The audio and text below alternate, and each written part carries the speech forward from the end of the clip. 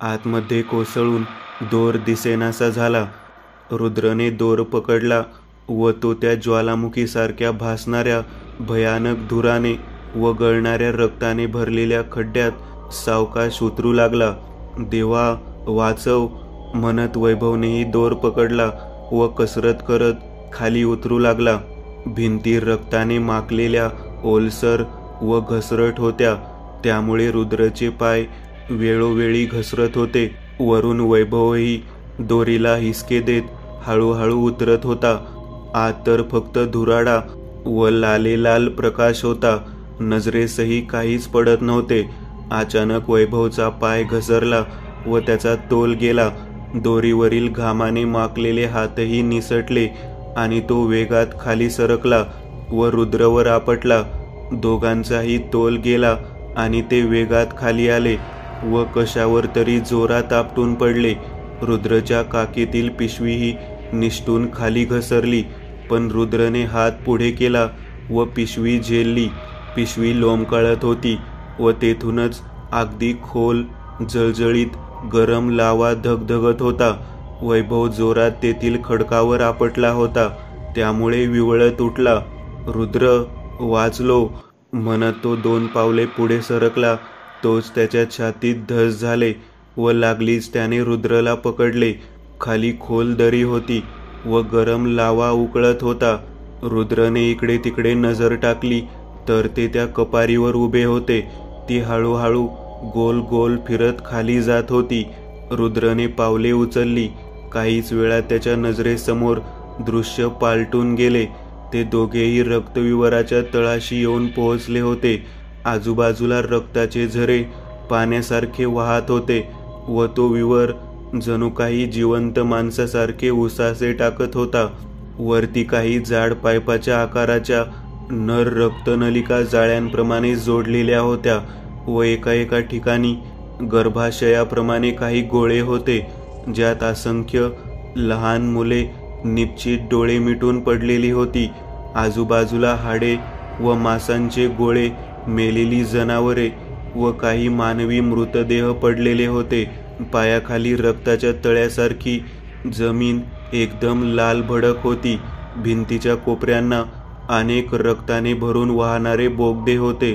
रुद्रचे शरीर ते सर्व पाहून एक वेळ शहारून उठले. रुद्र, नंदन कुठे आहे? बावरलेल्या वैभवने विचारले. रुद्रही पुरता गोंधळून गेला होता. तोच दोघांच्या कानावर एखादा विचित्र घोगरा आवाज पडला व ते दचकले. नाही करणार मी. कोणत्याच किमतीवर मी तुझ्यासारख्या राक्षसाला जिवंत नाही करणार. नंदन पडलेल्या अवस्थेत म्हणाला. तू करशील. किती वर्ष मी वाट पाहिली तुझी आणि तू आलास. आता मी जगावर माझे राज्य स्थापेन. अंधाराचे व वाईटाचे राज्य प्रस्थापित करेन. त्रिनेत्र हसला. मला माहीत नाही ते सर्व काय आहे, पण मी हे करणार नाही. मला अमरत्व नकोय. ती तुझी दिलेली खोटी आशा आहे. नंदन किंकाळला. त्याच्या अंगावर काटेरी वेल अजूनच आवळली. तो पूर्णपणे तिच्यात गुरफटला होता व त्या धारधार काट्यांनी त्याची कातडी मांस फाडून टाकलेली होती. विवळत नंदन ओरडत होता. इतिहास साक्षी आहे की आजपर्यंत कोणताच राक्षस अमर झालेला नाही व कोणत्याच दुष्टशक्तीने जगावर आपले राज्य प्रस्थापित केलेले नाही. मी असा तडफडून मरेन, पण मी माझी साधना कधीच पूर्णत्वास नेणार नाही. नंदन ओरडला. तुला मरायचे आहे ना? ले मर. रागात ओरडत आपल्या हातातील त्रिशूळ त्रिनेत्रने नंदनच्या दिशेने फेकला. नंदनला मृत्यू त्याच्या दिशेने येताना अस्पष्ट दिसला व त्याने थरथरत्या पापण्या मिटल्या. एक मोठा स्फोट झाला व 2 त्रिशूळांच्या टक्करने मोठे तेज त्या गुहेत निर्माण झाले. त्रिनेत्रचे त्रिशूळ 2 तुकडे होऊन समोरील रक्ताच्या डबक्यात खब आवाज करत पडले, पण रुद्रचे त्रिशूळ तेजस्वीपणे प्रकाशत आधांतरी उभे राहिले. नंदन! वैभव ओरडत धावला. रुद्रने आपल्या पिशवीतून खंजर काढत त्याच्याकडे फेकला. वैभवने तो हवेत झेलला व वेगात त्या काटेरी वेलींवर फिरवले. खंजर चमकले आणि हवेतच त्याचे रूपांतर दुधारी तलवारीत झाले. व वेगात जाडसर काटेरी वेलीत रुतले. वेल तुटली व रक्ताची चिळकांडी उडाली. ती सरसरत नंदनच्या अंगावरून बाजूला झाली. वैभवने धावत जाऊन अर्धमेल्या नंदनचे रक्ताळलेले शरीर बाहूत धरले. वैभव, तू आलास? नंदनच्या थरथरत्या ओठांतून शब्द फुटले. कोण आहेस तू? माझ्या कार्यात विघ्न का टाकलास? त्रिनेत्र रुद्रवर ओरडला. रुद्रचे अश्रूने भरलेले डोळे नंदन व वैभववर खिळले होते. पण त्रिनेत्रचा आवाज ऐकूनच रुद्र क्रोधाने थरथरला व जळजळीत नजर त्रिनेत्रवर खिळवत रुद्र मोठ्याने ओरडला आणि क्षणात त्याचे शरीर धगधगत्या अग्नीने पेटले. त्याचे डोळे साक्षात आग ओकू लागले. रुद्रने लगेच एक तेजस्वी गोळा त्रिनेत्रवर फेकला. लाल भडक त्रिनेत्रचे हवेत तरंगणारे शरीर वेगात बाजूला झाले आणि तेजस्वी गोळा मोठा स्फोट करत गुहेच्या भिंतीवर आपटला आणि भिंत हादरून ढासळली. त्रिनेत्रही गरजला व लगेच त्याने लाल भडक तिन्ही डोळे विस्फारले. लालेलाल तोंड उघडत त्याने दोन्ही हात हवेत पसरून मंत्रोच्चार सुरू केला. क्षणात अवतीभोवती लालेलाल तेजस्वी चक्र गोलाकार फिरत निर्माण झाले. वैभव शहारून उठला व नंदनला खांद्यावर टाकत कपारीच्या दरवाजाकडे धावला. चक्र हळूहळू थरथरत रुद्रच्या अवतीभोवती जमले व त्यांच्यातून लगेच विनाशकारी दिव्य ऊर्जा लाल भडक तेजस्वी रूपात बाहेर पडली. ती संपूर्ण कपारी त्यात न्हाऊन निघाली. रुद्र संपूर्ण त्या ऊर्जेत गुडूप झाला. त्रिनेत्र आसुरीपणे हसू लागला. तोच एक मोठा स्फोट झाला आणि ती संपूर्ण गुहा हादरून उठली. त्रिनेत्रला काही कळण्या अगोदरच एक भला मोठा तेजस्वी अग्निगोळा त्याच्या भोवती येऊन स्थिरावला. रुद्र हळूच खाली येऊन स्थिरावला आणि त्याने लगेच त्रिशूळ हातात घेतले व त्याचा आकार आपोआप एकदम छोटा झाला. रुद्रने शक्तीचा उपयोग केला व वेगात गुहेच्या दरवाजातून बाहेर पडला. भिंत हादरून कोसळत होती. हळूहळू दिव्य ऊर्जा त्रिनेत्र भोवती अधिक मोठमोठी होत होती. रुद्र गुहेबाहेर निघून खाली पडला. वैभव लगेच त्याच्यापाशी धावला. ती संपूर्ण गुहा एकाच पिवळ्या प्रकाशाने भरून गेली आणि त्रिनेत्रचे हसणे ओरडण्यात बदलले. तो रुद्रपासून आलेली दिव्य ऊर्जा सहन करू शकला नाही. त्याची दुष्ट आत्मा हळूहळू कापराप्रमाणे जळू लागली व क्षणात एक मोठा स्फोट झाला. घाबरून वैभवने आपल्या कानावर हात ठेवले. गुहा संपूर्ण कोसळून बुजली व समोरील द्वारातून फक्त धुराडा बाहेर पडला.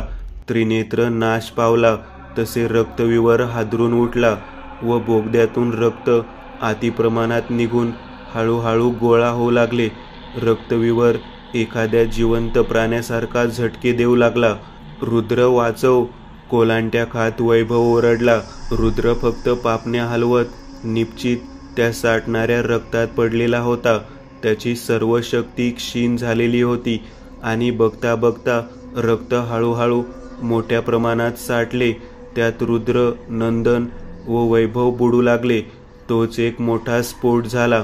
रक्तविवराच्या तोंडातून लाल धूर निघून संपूर्ण वातावरणात अंधकारासारखे पसरले आणि त्या खड्ड्यातून रक्ताचा पूर बाहेर पडला व रक्तविवराने आपल्या पोटातील सर्वच एकदम बाहेर ओकून टाकले. रक्ताचा पुरासारखा पाट वाहू लागला. वैभव खोकत उठला. हळूहळू सरकत तो रुद्र व नंदनकडे गेला. रुद्र, उठ! नंदन, उठ! आपण वाचलोय! आणि वातावरणात असंख्य रडण्याचा आवाज पसरला. तसे रुद्र व नंदन दचकून उठले. त्यांनी विस्फारलेल्या नजरेने आणि आश्चर्याने समोर नजर टाकली. त्यांच्या चेहऱ्यावर आनंद पसरला. आजपर्यंत रक्तविवराने जितक्या मुलांना गिळंकृत केले होते त्या सर्वांना त्याने ओकून टाकले होते. जी त्या गर्भाशयात अजूनही जिवंत राहिलेली होती ती सर्व समोर रडत ओरडत होती. वैभव आनंदात ओरडला व धावत जाऊन त्याने रुद्रला मिठी मारली. Thank you Rudra, very very thank you, Vaibhav रडत म्हणाला. रुद्रलाही भरून आले होते. त्याने प्रेमाने वैभवच्या पाठीवरून हात फिरवला. वैभव किंचित हसत नंदनच्या दिशेने सरकला व दोघा मित्रांनी एकमेकांना कडकडून मिठी मारली. कितीतरी वेळ त्यांना सर्व मुलांना शांत करण्यात गेला. ते तिघेही एक वेळ सर्व मुलांना पाठीशी घेऊन त्या धुराडा ओकू राहिलेल्या लाल भडक रक्तविवराकडे पाहत राहिले. हा रक्तविवर असाच राहील काय? वैभवने विचारले. व पुन्हा तो लहान मुलांना स्वतःला टिकवण्यासाठी आपल्या पोटात साठवून ठेवेल व कित्येक निरपराध लोकांचा, जनावरांचा बळी घेईल. रुद्र म्हणाला. आपल्याला शक्य तितके आपण केले, आता सर्व संपले. निराशेने खाली मान घालत वैभव म्हणाला. रुद्रनेही औंढा गिळला. मुलेही हताश नजरेने समोर पाहू लागली. सगळे संपलेले नाही म्हणत नंदन पुढे सरकला. वैभवने त्याला अडवण्यासाठी हात पुढे केला, पण रुद्रने त्याला रोखले. नंदन हळूहळू चालत रक्तविवराच्या टोकाशी जाऊन उभा राहिला. त्याने सर्वांच्या दिशेने आपले तोंड केले. त्याच्या तोंडावर हास्य होते, पण डोळ्यात पाणी.